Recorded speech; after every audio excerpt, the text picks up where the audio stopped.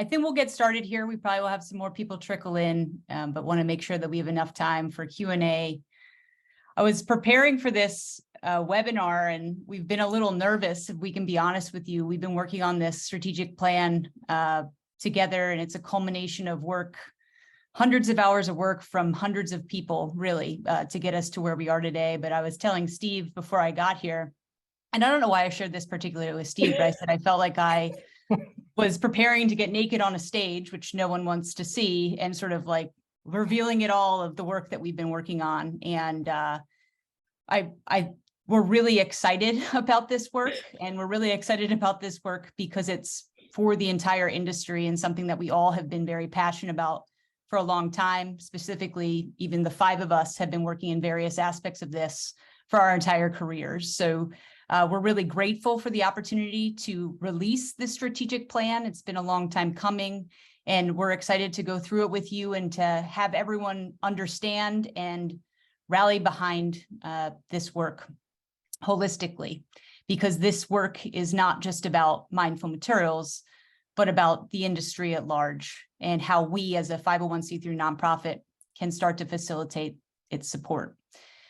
We have been working for decades, quite literally, to shift the materials market.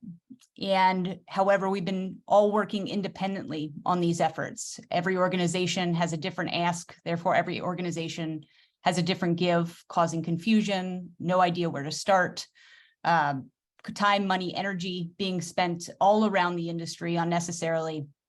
And we need an organization that's bringing us all together to focus us, to unify us, to convene us, to ultimately scale this work into the future and collectively move the needle as an industry.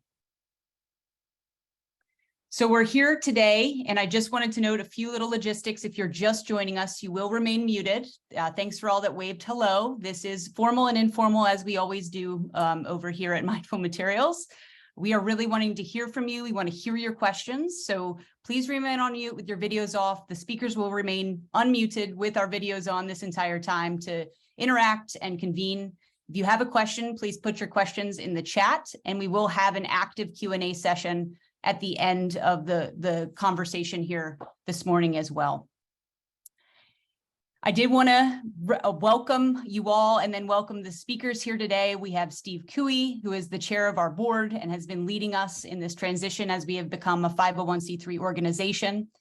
He's also the director of sustainability for BIFMA in his full-time job, though it feels like Mindful Materials is sometimes his full-time job too. Thank you, Steve, for all your support over the past 2 years or so. Lana Rarick, who is the vice chair of the board of Mindful Materials and also the associate principal at ZGF Architects, and has been leading, I call her the background ninja to a lot of this work in terms of connecting the dots with pledges, and a co-creator of the AI Materials Pledge, which really led to the basis of some of this work that we're bringing you to here today. I also am co-presenting with my fearless team, which is Alex Muller and Laurel Christensen. The work and energy, passion, and care that you all have put into the strategic plan is incredible, and I am so proud of you both in releasing this today and earlier this week holistically to the industry. And thank you for all you do, but really excited to have you both present in the work that you have done. This is about a team effort and a community building. Usually you see just the CEO presenting on a strategic plan, but that is not how we do things, nor how we want things to move forward as this organization and as this community at large. It is not just about one individual, it's about us all. So welcome, and I'd love to hand it off to Steve to share some insights on where we're coming from and where we're going. All right, thank you, Annie. And yeah, it's been a journey, but it's been a fun one. And to your point, I mean, there could be no other people I'd want to do this journey with than you guys. I mean, I think it's a great team. You'll hear more about the board and some things, but we'll go to the next slide. And just my job here is to set things up, give a little bit of a history of where we've been. Mindful Materials has been around for a long time, 2014. As you can see, a lot of us have been on that journey from almost the beginning, if not the beginning. And I think it's important to remember where it started. HKS, really was the people that kind of got this thing going. And they were looking at a couple of things, looking at what the ask is, how to consolidate that ask, And by ask, I mean, what is sustainability and how should we be engaging manufacturers?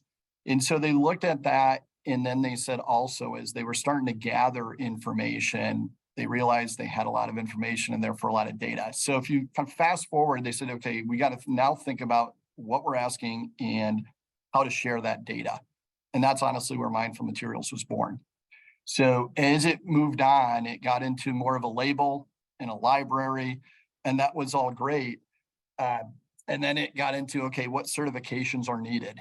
And I think at the end of the day, we as a board, or let's say it was originally an advisory group, sat down and had to do some thinking. We had this information, we had this data, we had this ask, if you will, but we really had to do some thinking about where we wanted to go in the future and how we were going to structure things. So big changes were made from 2021, 2022, and really a lot of conversations with a lot of different people. And what that created, especially because of the pledges that were starting to really take form and were being of interest to a lot of different people, is that Mindful Materials would move to a 501c3.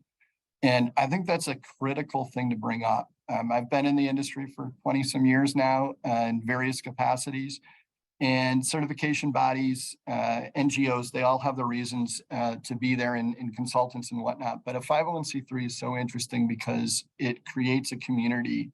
And by its mission, it has to be a neutral ground and really a benefit to the stakeholders around them. So this 501c3 took away a lot of the concerns, if you will, around profitability, things like that. Certainly have to keep money going. That's how things are done in today's world. But it really changed the mindset of Mindful Materials moving forward. So we were able to do that in 2022 and launch forward with what really became a roadmap for clearer, better data and engagement in the community. So that was the shift. Okay. So think about this from the standpoint of moving away from just, okay, what is the ask and what is the data? Where is it going to be stored, to how are we going to engage the community in an effective way? And as Annie already said, focus and scale and align those types of things. So that's where we went. And from that, and we're going to go right to the next slide, if you don't mind, into the common materials framework. And that became the foundation. You're going to hear this a lot. You've probably heard it already, hopefully, but if you haven't, it really is about saying, let's really focus on what that ask is. We're all using different language, or we have in the past. Easy example would be, what is a carbon neutral product, or what is a net positive carbon? What does that mean? And we've been talking about this again internally for several years, in how this language these different languages have to stop. We have to have one language, and one way to do that, and that's this common materials framework. So when people start throwing those slang terms out there in those conversations, this framework, as you'll hear about in a bit, will be the foundation for people to understand what that really means as it relates to certifications, as it relates to product claims. And that's bringing in a whole lot of different people. Again, you're going to hear about this in the future with some of the slides down the road, but it's helping communicate sustainability and reach people in a way that can build this foundation, so that when we get into meetings, we have a common ask and we have a common language, and then the data will follow. I think, frankly, and again, we're just being really open about this, as Annie said at the beginning, the data, I think, came a little early. That doesn't mean that we shouldn't be sharing data and we shouldn't have that as part of the conversation, but we have to get that language down, and we have to build that common ask first. So that's what we're doing now, and that's what you're going to hear about in the future. This has been done, just to be clear, and I want to make sure I thank, before I turn it over to Annie and the others and Lana, by a lot of different board members, a lot of different advisors. Our board, we're fortunate, is made up of manufacturers, designers, NGOs, a rock star group, to be frank. I'm just fortunate to be part of it. And it's been done with a lot of thinking to, again, shift our mindset a little bit from just focusing on data to a more, I think, more important mindset of what is that language, how are we going to ask, and how as a group can we move this ball forward in a consolidated way. One last comment before I move on. the reason I'm excited about this, the reason I do consider it a part-time job, not necessarily just a simple hour or two a week, other than the fact I work with amazing people, it's because I've spent 20 years chasing and helping others chase a myriad of asks of what is sustainability. And honestly, we're getting, I'd say somewhere, but not nearly as far as we should go if we don't ask the same thing. So if nothing else, start asking in the same way the questions, and honestly, manufacturers, that's where I come from, will follow. They want to get business done. So if they hear the same message over and over again, they will listen. With that, I'll turn it over to Lana. Hi, everyone. I am representing the architect's viewpoint as part of this webinar, and I am in the office, so excuse me if we have some background noise. I hope we don't have too much of it. I have been involved in mindful materials since it became something more than HKS's library sticker system. We started with stickers and spreadsheets and the whole bit. But the thing that has always drawn me to mindful materials is just this idea that if we align, if we come together, that we can make so much more progress than any one firm or one person can make by themselves. So that's where I'm coming from, and I'm going to talk a little bit, and I'm going to echo a lot of what Steve's saying and what others are going to say on this about why the work of mindful materials is so important. Go ahead and next slide. So I had the pleasure in 2018 of chairing the AIA Materials Knowledge Working Group, and we came up with this idea that there should be a materials pledge, that we should stop playing whack-a-mole with what a sustainable material is and really lay it out. What is a holistically sustainable material? We have to give a lot of kudos to our inspiration for how this might work in the industry. We are looking at the AIA at the 2030 challenge, which is really just a set of aspirations about how buildings should move towards net zero energy and really take down their consumption of energy. And that was, a great aspiration. I remember a lot of us went and we signed up on the website and said, yes, I support the 2030 challenge. But it really meant nothing until the AIA 2030 commitment came along and gave everyone who had signed up for the 2030 challenge a way of creating metrics and reporting and really understanding where their progress is both as a firm and understanding where the progress is as an industry. So next slide. So hopefully everyone on this call is familiar with the AIA Materials Pledge, or officially called the Architecture and Designers Materials Pledge. But really, it came out of the AIA, and there's going to be more work coming out in the next year to really start thinking about and acting on what does reporting and metrics look like. So really excited to be part of that continuing work. But the holistic definition of what a sustainable material is, we decided that it really had to cover all 5 of these categories. That, knowing that there is no perfect material, a holistically sustainable material would support human health, climate health, ecosystem health, and social health and equity in the circular economy. And so that became our North Star about all the components of a sustainable material. But still just, a beautiful set of aspirational statements. Go ahead, next slide. So since then, that was officially adopted by the AIA in October 2020. But, as see by the fact that I'm talking about, we're going to start creating reportings and metrics this year, there hasn't been reporting and metrics yet. So CGF, like so many others, have started to well, let's get started. What does this mean?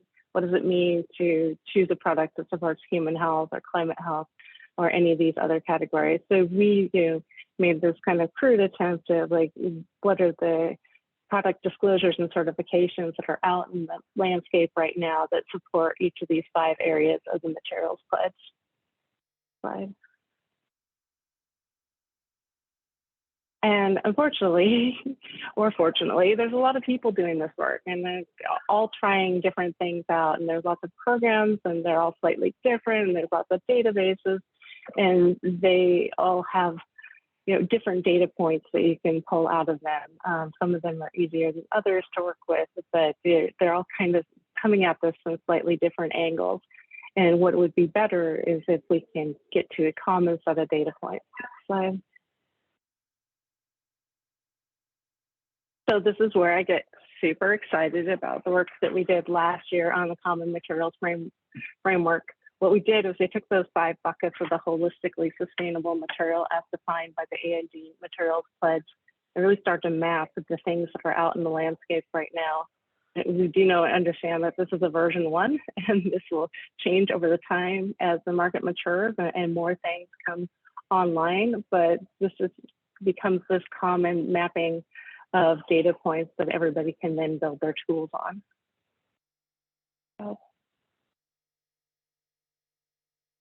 And so the point I just want to leave you with is that we are all working on this, and it's all important work, but we are going to be able to move farther and faster if we can align around these common data points. And with that, I'm going to pass it over to Alex. Thanks, Lana. So at this point, we're going to get a little more into the specifics of the strategic plan and a little more sort of backing up into what Mindful Materials was, what it is, and where we're headed. This is the first communications job I've had. In the spirit of like honesty and transparency today, it has been an immense amount of fun. It has been a challenge at some times, with an organization that is so many things to so many people. And through that, working on this transition and evolution from being a database where we say everybody has to come here, everybody has to put their data in here, to creating this collaboration hub and building these sort of frameworks for acceleration, as we're calling them, that then we can send everywhere. And so I like to kind of talk about, these challenges of making the tangible and intangible parts of alignment sexy, making aligned data sexy. I don't know if anybody's with me on that. So just quickly to note, our mission and our vision, which we did actually update a bit for this strategic plan. I think that our mission and vision were really rooted before in sort of the how we were doing things. And I think, the point I want to make about the evolution of the organization is that we're always asking this question, which I think nonprofits always should be, about how do we best meet our mission? And that may be through stickers in the beginning. It may be through a library where you're convening certifications. And then maybe there's a lot of databases out there that do that bring all of those certifications and standards together, and coming back to the core of what we do and what our unique value is. And so we really wanted to think about our mission as inspiring, motivating, and empowering everybody to choose materials that prioritize health holistically.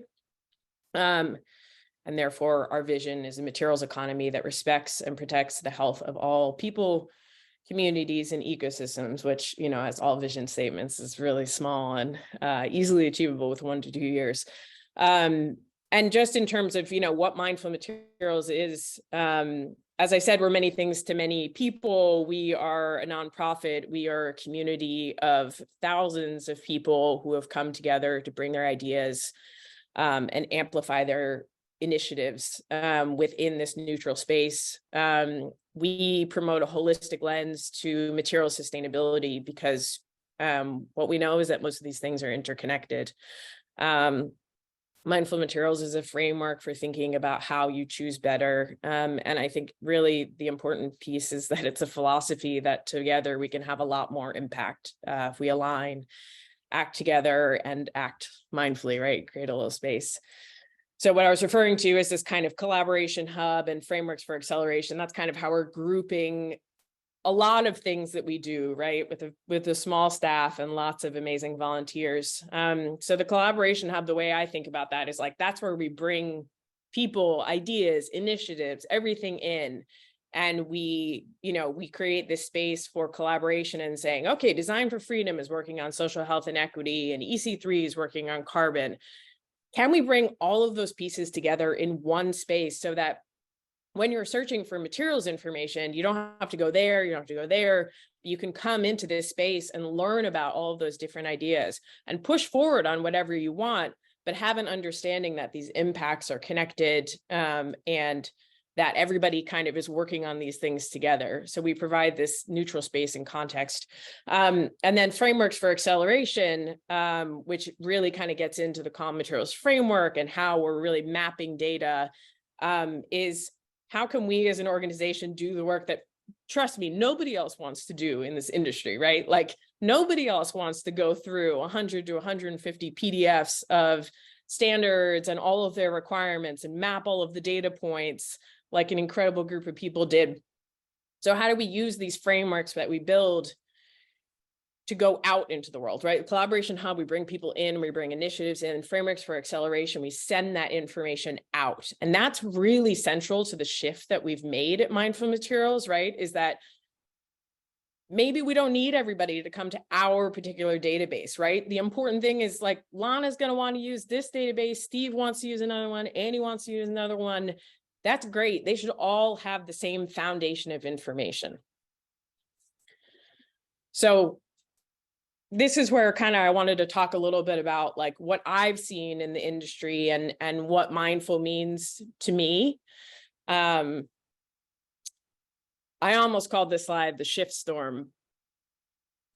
And now I've done that anyway. But so I wanted to address some of the things that I've seen in the industry in my time. I've worked on certification development. I've worked with manufacturers, nonprofit space, consulting, et cetera.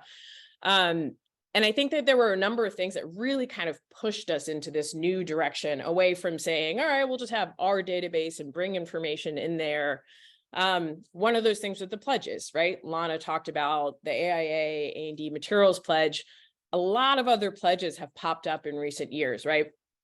All referencing very similar buckets of human health, climate health, ecosystem health, et cetera. We looked around and we said, like, does anybody know that all of these pledges are out there? Does anybody know that they're all referencing the same thing? And does anybody know what they're going to do next? Like, does ASID know? Does AIA know?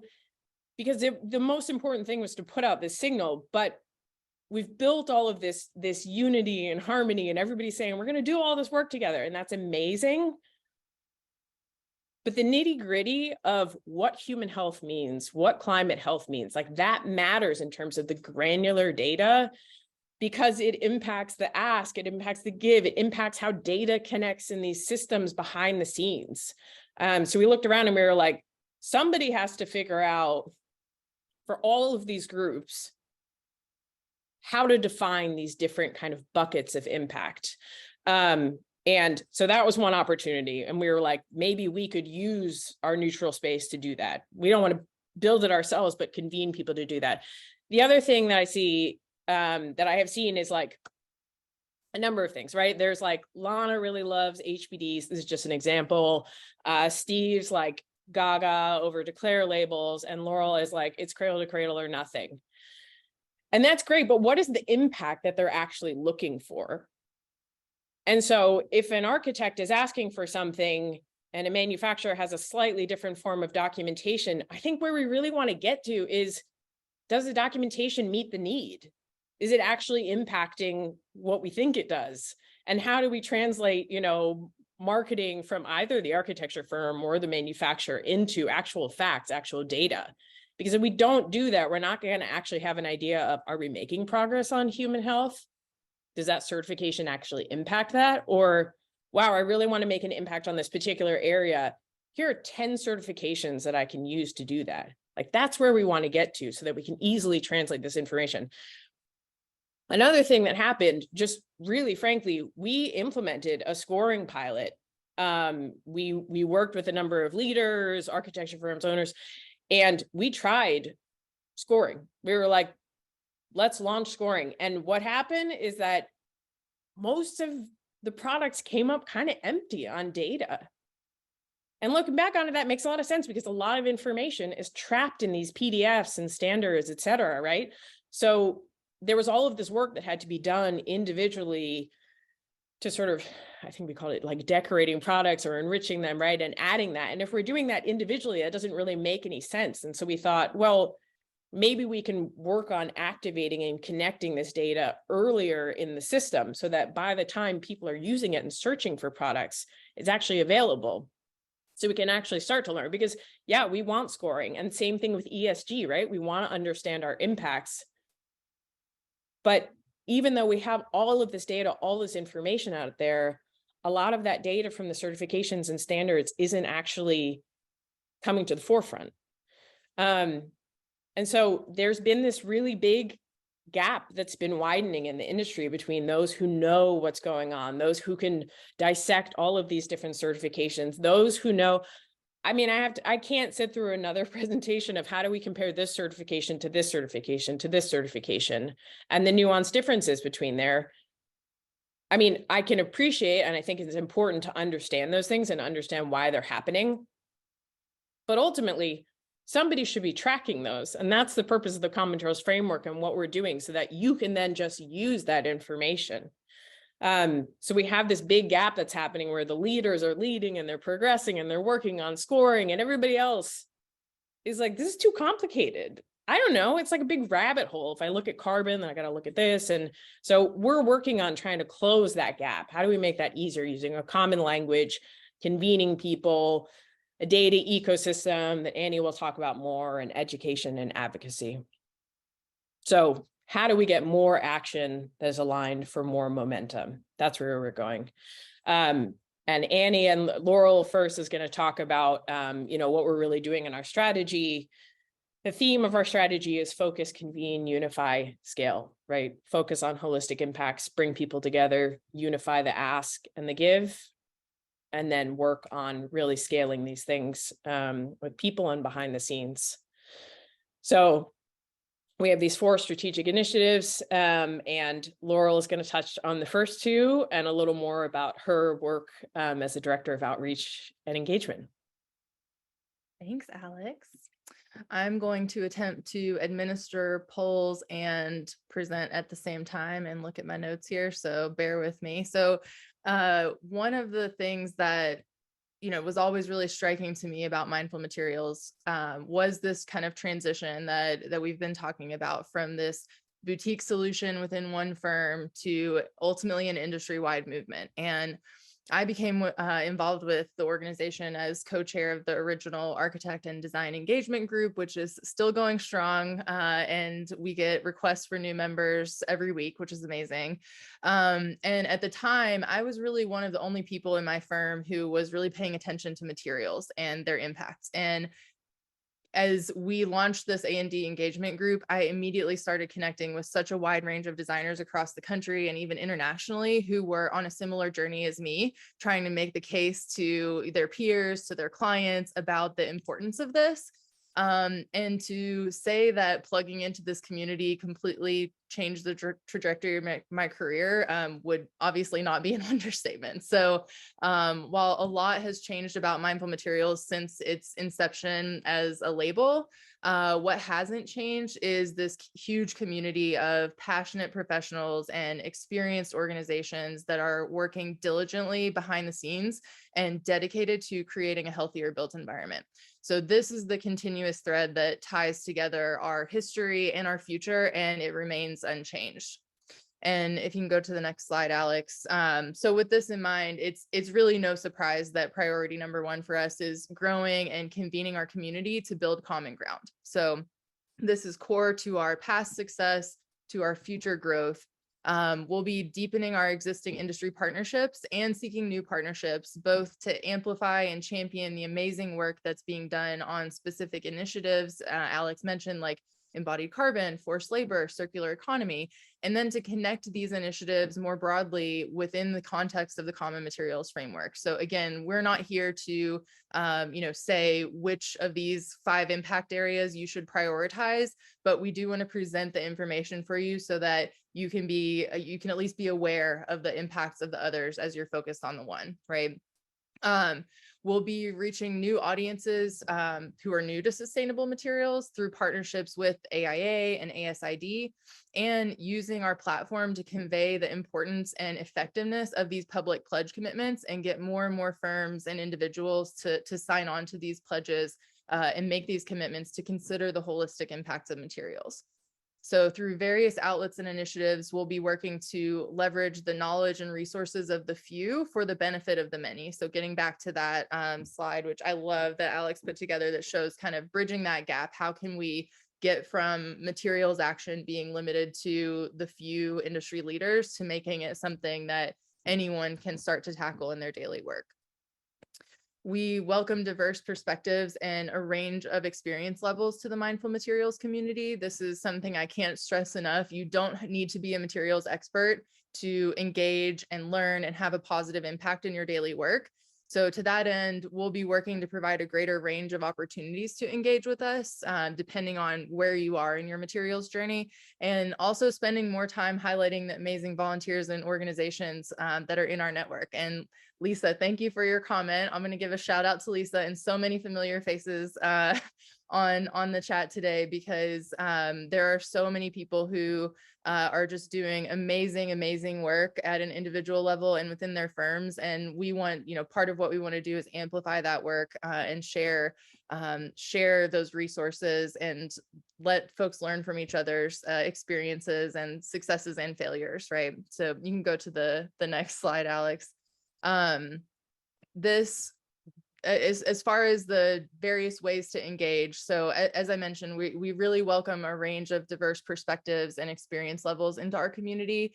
You don't have to be a materials expert. And sorry, next slide. So the few of the different ways that we're focusing on and kind of diving into engagement. First is engagement groups.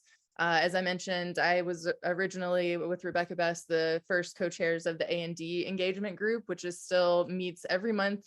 There's a manufacturers engagement group that meets every month. And let me look at my poll here. So it looks like we have a good mix of designers, A&D, and manufacturers. So if you're not in the A&D or manufacturer engagement group, check them out. We'd love to welcome you. If you are, please let us know in the chat what you like about those groups. I'd love to hear it.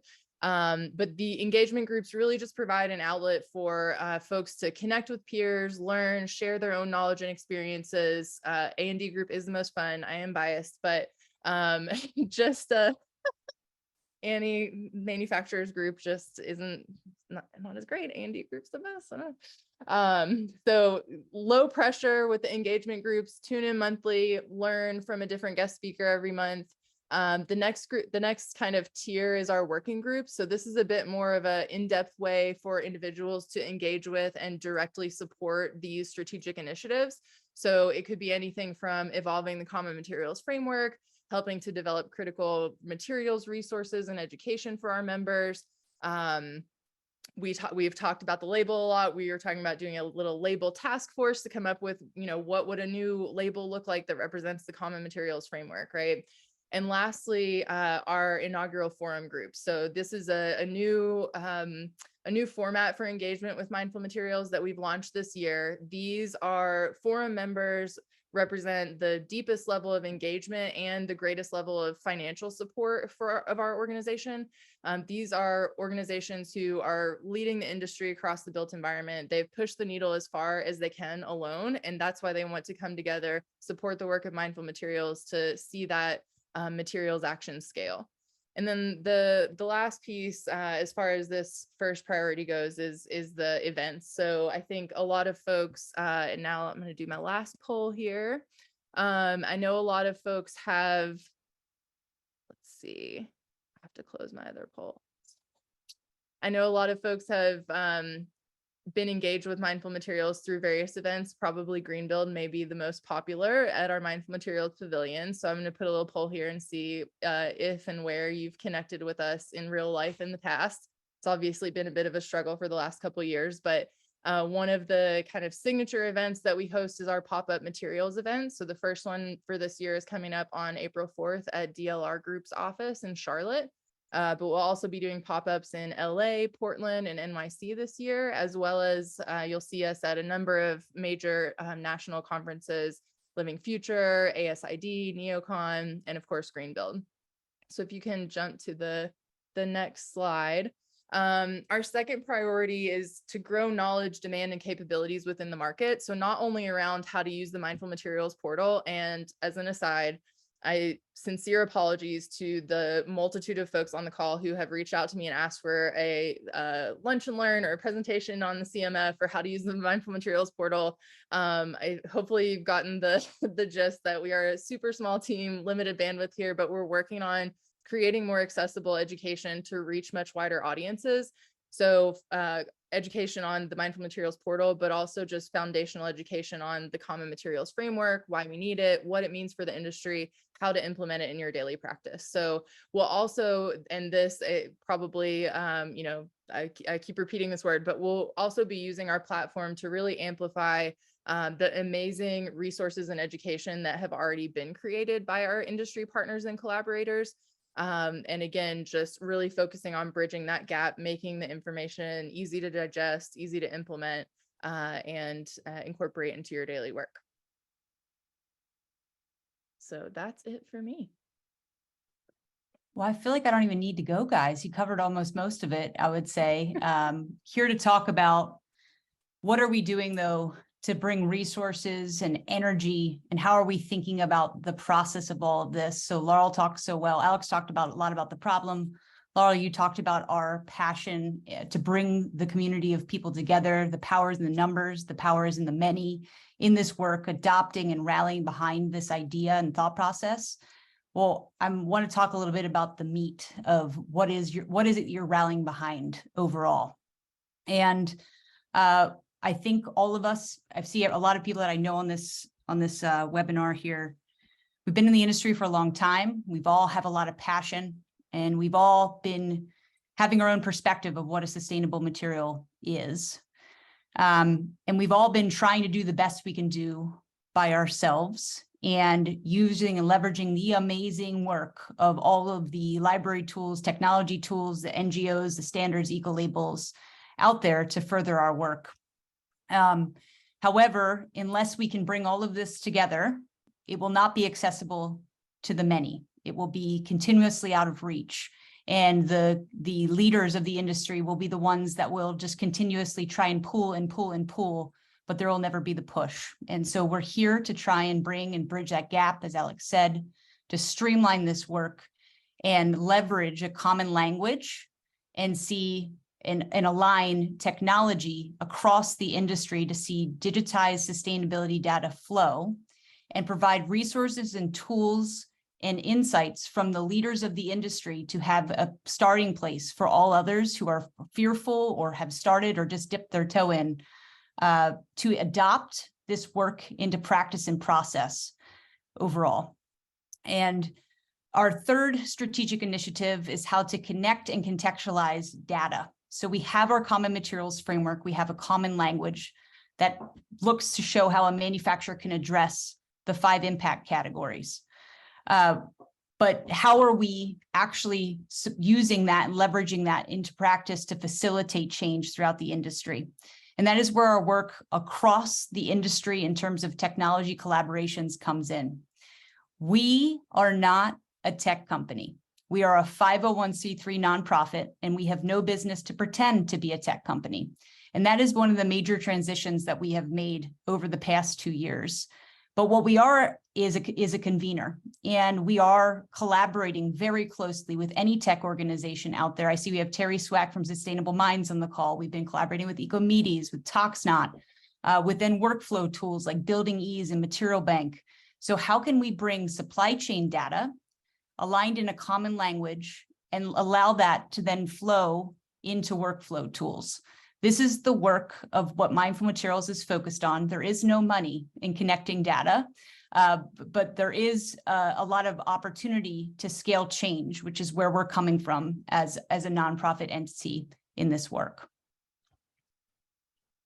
So we've talked a lot about the Common Materials Framework, and I'm here to talk about it at a high level. There are resources that we are creating this year. We are going to be releasing a digital reference guide that is going to provide an opportunity for you to interact with the Common Materials Framework at a much higher level what does it really mean to address those 5 impact categories? And also, I have a cradle to cradle certification. How does that fit into the common materials framework? Or I have a declare label. How does that fit into the common materials framework? We're also going to be working on creating a content map. So of the data that's within these eco labels and standards referenced within the common materials framework, where does that data actually come from? And to start to facilitate data flows so that technology tools can start to speak to each other more easily. The Common Materials Framework is the industry's first common language, taking 150 plus eco labels and standards and aligning it into a common framework.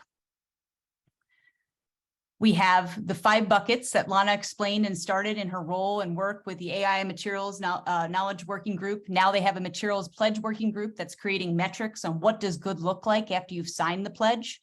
But they've adopted the Common Materials Framework as a means to define these 5 impact categories. So the work of the Common Materials Framework Content Advisory Board and the Content Working Group brought together, how do we actually break down these 5 impact categories into sub-buckets and actually define these things? We then looked at the 150 plus eco labels and standards and say, where do those eco labels and standards fit into these buckets and sub-buckets? So we're starting to not only align certifications, but align that to impact. And then what level of impact does that certification eco label show? Is it transparent? Is it assessed? Is it commitments, or is it optimization? And then I am most excited about breaking down each of these eco labels and standards on a global basis and understanding what data is found within each of those, and what aligns across these eco labels and standards and what is different. What does each individual eco label and standard bring, and then roll that up into these 5 impact categories. So what this is going to provide us is a map of the entire materials ecosystem globally. It also provides those that are super excited about materials to be able to dive into the details and understand and measure the holistic embodied impacts of products in projects. But if you roll it up and you're not very familiar with this work, you can still align and make decisions that are around impact, that are powerful and important to you. So no matter where you're coming from in this work, no matter where you are on your education path or your materials journey, there's a place for you to join this work that will then create more momentum and align that impact. So when we say data mapping, we are actually breaking down the 150 plus eco labels and standards and looking at what data is found within these eco labels and standards. Alex said it so well. A lot of this data and a lot of this work that we decided to start to go on this journey for is because we did try and do pilot projects of scoring originally, and there wasn't data to populate the score to be anything relevant of a real score. So how can we help the industry break data out of PDFs and allow that data from the supply chain to the manufacturer flow within the common materials framework, and then flow ultimately into workflow tools? So this is our future flow state of what we're trying to bring to the industry. So we have these fantastic tools that manufacturers have been engaging with. I come from the manufacturing side. I'm very passionate about trying to streamline data management for the manufacturing community. Every single different ask means a different give every single time, which causes so much time, energy, confusion around the industry. But there have been organizations like Toxon and Ecomedes and HPDC and EC3 that are trying to make digitizing data more easy in various aspects across this work. How can we bring those tools and the 150 plus eco labels and standards into this common language on a digital basis, and then share the common materials framework digitized to where decisions of products are being made and where design and purchasing is happening? And so this is the future state of what we're working to provide at the end of this effort by 2025. This is what the industry should start to see, is this flow of information and the ability to work within your workflow tools to measure the holistic embodied impacts of products in projects, and then ultimately see how you can reduce those. And even though we only have like 4 minutes left, I want to just jump in and say, on that scoring pilot, I think what this is showing is that even if we had scores information that came up, how much good does that do if that's just our score, the way that we do things, the way that we prioritize things? And so that was the other push, right? That I think I didn't mention. It's like, it has to exist so it's comparable. We can create benchmarks across the industry. Absolutely. And then some of my work over the last year has been trying to work with all of the leaders across the industry, the groups that everyone is very familiar with who have been pioneers in material sustainability across owners and developers, architects and designers, and manufacturers.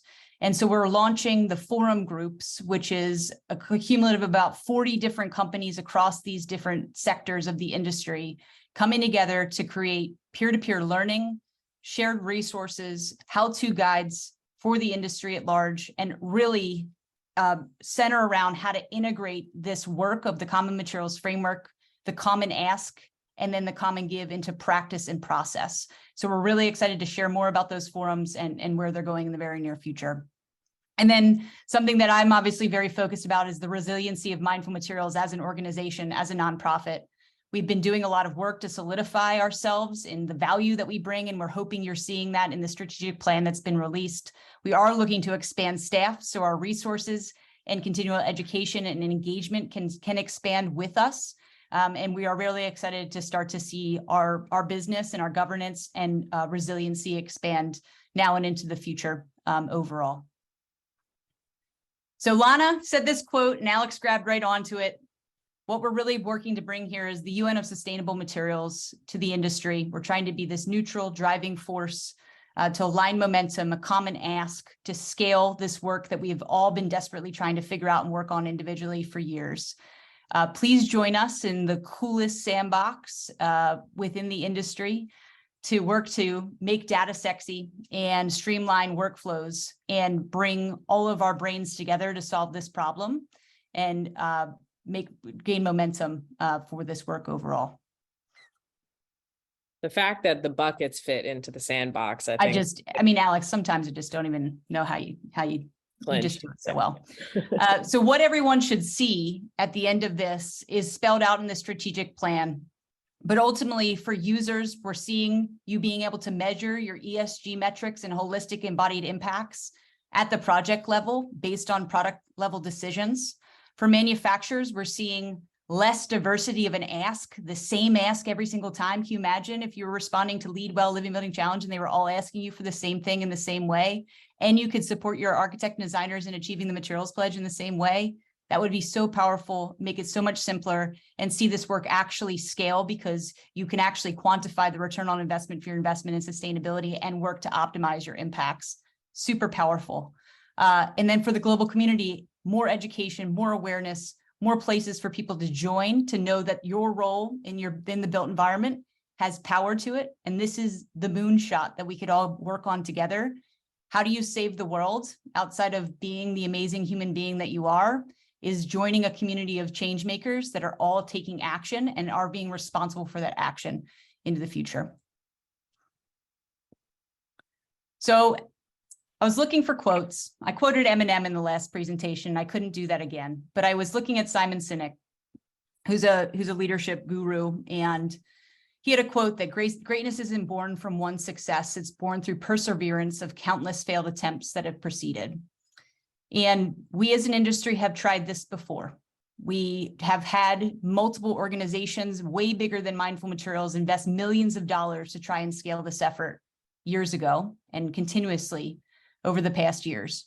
We are aware of these efforts. Those that have failed before are joining us to create resources and knowledge of how to not fail again. I think we are uniquely poised as an industry to join together at this moment in time with the amazing work that we've been doing over the last 20 years to aggregate that work and expand our work forward.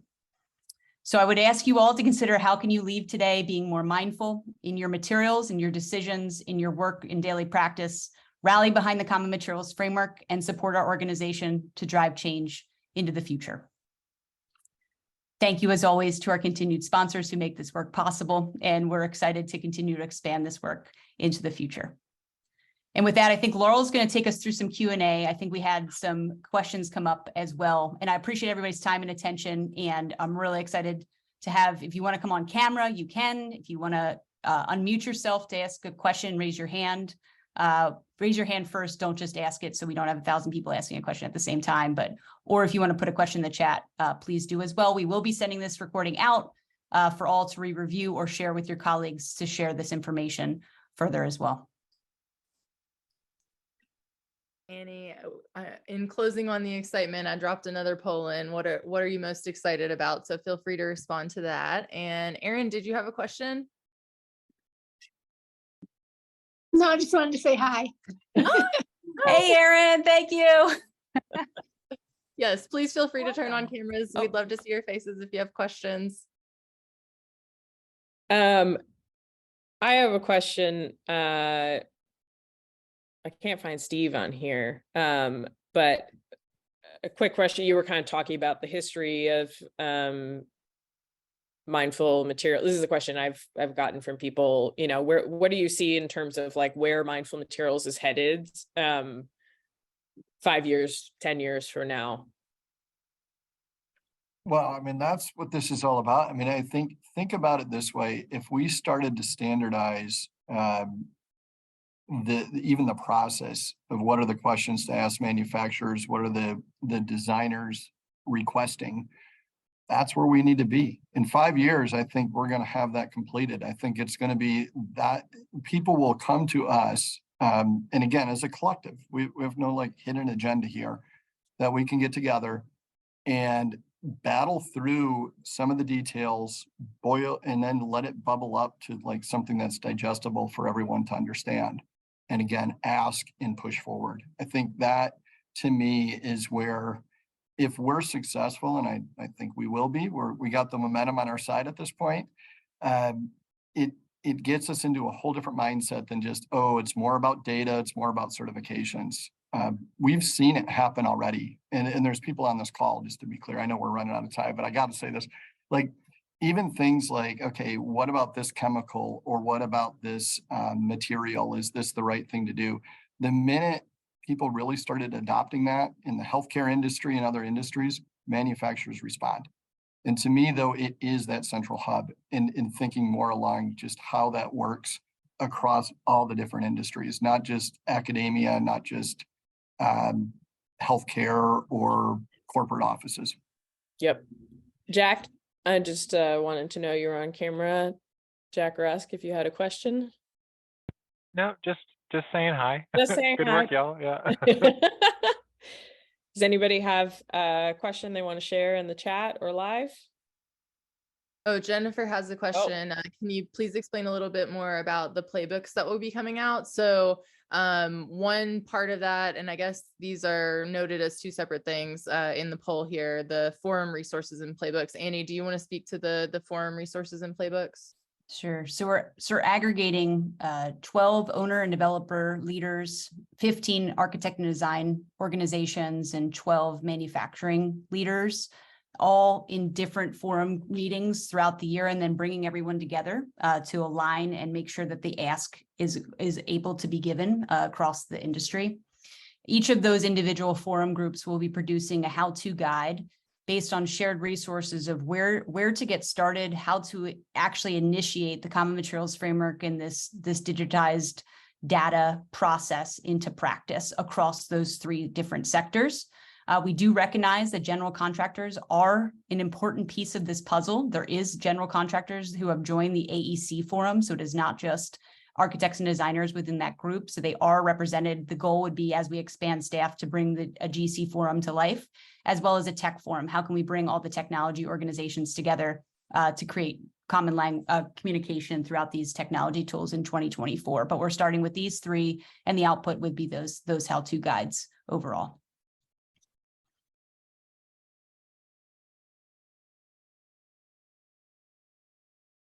Any other? Yes, we are recording this meeting and we will be sharing it. I have to be honest, sending things out through Zoom meetings. I'm going to work my way through it, but we will send out the recording for this, and we will also share it on our website and on social. There was a question that came up about supplier transparency supply chain. I'll quickly answer that because I want to be really clear too about, the mission is, again, convening and all of the things that were just stated. We rely on certifications and other mechanisms and tools to do that granular, detailed work. So again, I represent BIFMA. BIFMA has a certification program called Level for the furniture industry, and that would again integrate into the common materials framework. But the actual third-party auditing, all that good stuff, is happening at the level certification or cradle to cradle or declare, et cetera, et cetera. So, that's actually one of the critical goals that we wanted to walk through, is to make sure we didn't morph into, it's happened before, another badge, another certification. And frankly, that's how a lot of people have to make their money. We get that. But a 501c, we can have a little bit of a different mindset that way. So it's a great question, but we're going to verify information. We're going to look at that and make sure it's properly vetted, but it won't be into the certification world. So how do we make sure data is that's- authentic and complete is through third party? Yeah, the verification verification out of there. data is Yeah. where I should have went, Yep. exactly. Steve, that's such an important point. Looking at the materials pledge, there's so much momentum around human health and climate health, and so many other areas. There just isn't even like certifications meaningfully addressing some things right now. So we're not doing that work. We're looking to the industry and the certifications to do that work, but then the CMF will evolve as that work gets done and start mapping those new data points that are out there. Yeah, 1.0 for the CMF. That's a really great point, Lana. With continuous improvement for that, as the standards evolve, the common materials framework will evolve and the data within it will evolve as well. Yeah, I mean, I'm still getting questions in my current job for manufacturers of furniture.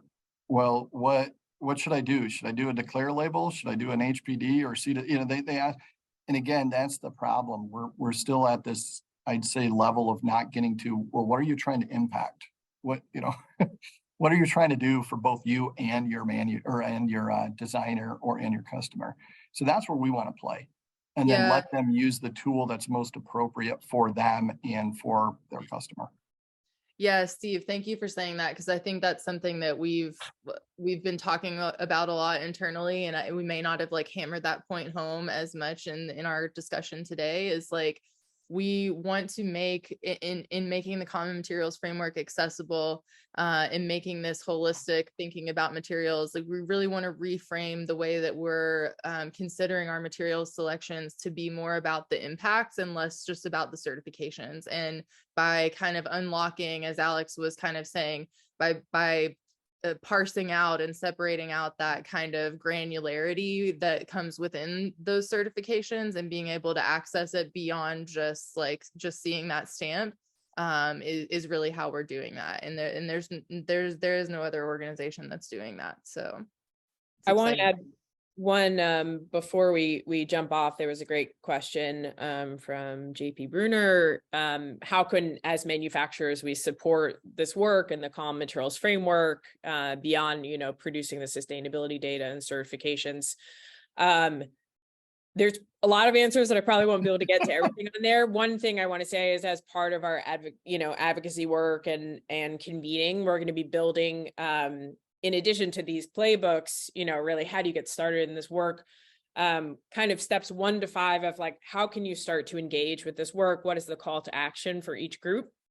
And certainly, I think talking about the common materials framework and saying, if people are like, well, we're using this particular database, you can start to ask those databases about using the common materials framework to align their data. That's one other powerful way we're going to be also leveraging these forums, is to say, well, if you use this particular database, how can we get everybody to adopt that same framework and align? So we will be talking more about that. Please sign up for our newsletter. That's kind of where we share this information. And this is kind of just the start of what we're building. So thank you so much for everybody for joining. We will follow up with the recording and some resources. And please reach out to hello@mindfulmaterials.com if you have questions or you want to get involved. We would love to have your help. And thank you so much for everybody for your support. Thanks, everybody. Thanks, everybody. Thank you. Thank you. Bye-bye. Thank you. Bye, everyone.